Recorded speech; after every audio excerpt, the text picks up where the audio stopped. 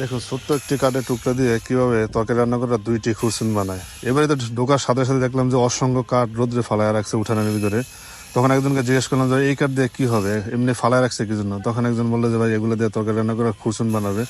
তো সাথে সাথে চলে গেলাম খুরসুন কিভাবে বানায় দেখার জন্য। তো আপনারা দেখুন একটি কাঠের টুকরা দিয়ে কিভাবে দুটি খুরসুন তারা তৈরি করে। আমি যখন কারখানালা বাড়িতে প্রবেশ করেছি, এই কাঠগুলো দেখার সাথে সাথে আমার মনে কৌতূহল লাগছে যে কিভাবে একটা কাঠ দিয়ে দুইটি খুরসুন তৈরি করে। তো সাথে সাথে যে বানায় সেখানে চলে গেলাম এবং দেখলাম তারা কিভাবে খুব সহজেই অল্প সময়ের ভিতরে এই একটি কাঠ দিয়ে দুইটি খুরসুন তৈরি করে। একবারে মানে খুবই সাধারণ শৈল্পিক একটা কাজ, কিন্তু খুবই গুরুত্বপূর্ণ এই তৈজসপত্রটি আমাদের পারিবারিক জীবনে। এই শিরিষ কাগজের ফিনিশিংটা দেয় মূলত একজন মহিলা, কিন্তু আজকে মহিলা না আসার কারণে এই ভাই আমাদেরকে স্বেচ্ছায় করে দেখালেন, যাতে আমি আপনাদেরকে এই ভিডিওর মাধ্যমে দেখাতে পারি।